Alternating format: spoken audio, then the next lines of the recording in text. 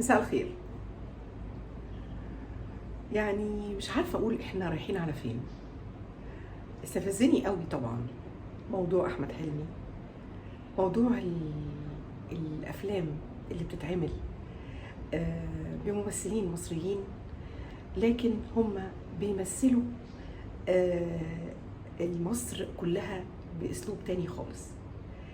إحنا لازم نعرف إن مصر هي أصل الفن، أصل التراث، مصر هي الأوبرا، مصر هي الموسيقى العربية، مصر هي كل فنان عايز يشتهر يجيها.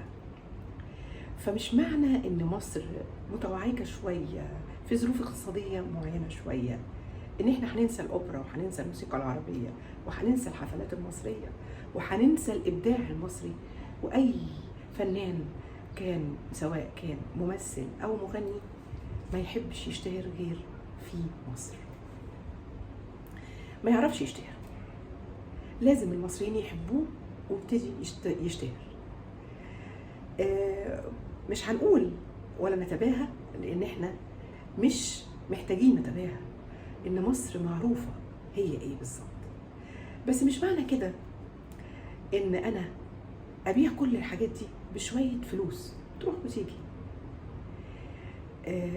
لازم كل ممثل سواء احمد حلمي او غيره يدقق جدا في ايه اللي بيمثله. يا اما اعمل حاجه تبين مين هم المصريين، يا اما ما اعملش. لما اعمل ان انا حرامي ونصاب زي اولاد رزق وزي نونو ده ولا نينو الفيلم بتاع احمد حلمي، دول نصابين وواحد حرامي بيسرق ناس في الحجاج.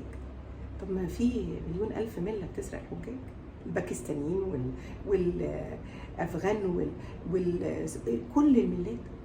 هم المصريين هم بس اللي بينصبوا وهم اللي بيعملوا. وبعدين كل يعني الفن مش هو انك انت تبدع في انك تهين بلدك.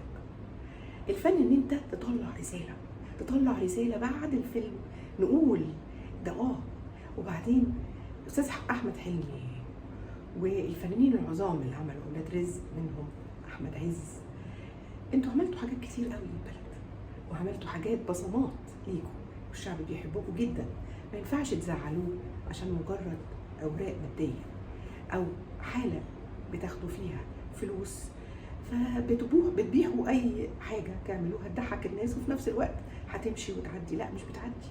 الشعب المصري ما بيعديش القسيه، ما بيعديش الغلط، ما بيعديش الاهانه. واحنا حسينا ان احنا اتهنا في ايه؟ في مصر كلها. ان مصر هي اللي علمت الناس دي كلها، ومصر هي اساس تقدمهم. لما نقول مصر هي نصب واحتيال وسرقه، ده حرام. لا، فيها ادباء وفيها مفكرين وفيها حاجات هم لسه بيتعلموها. ارجوكم راعوا شويه وانتبهوا ان في خطوره في اللي بيحصل ده، وان لازم الموسيقى العربيه ولازم الاوبرا ترجع تاني ولازم حفلاتنا ترجع تاني ونبقى اقوى من الاول.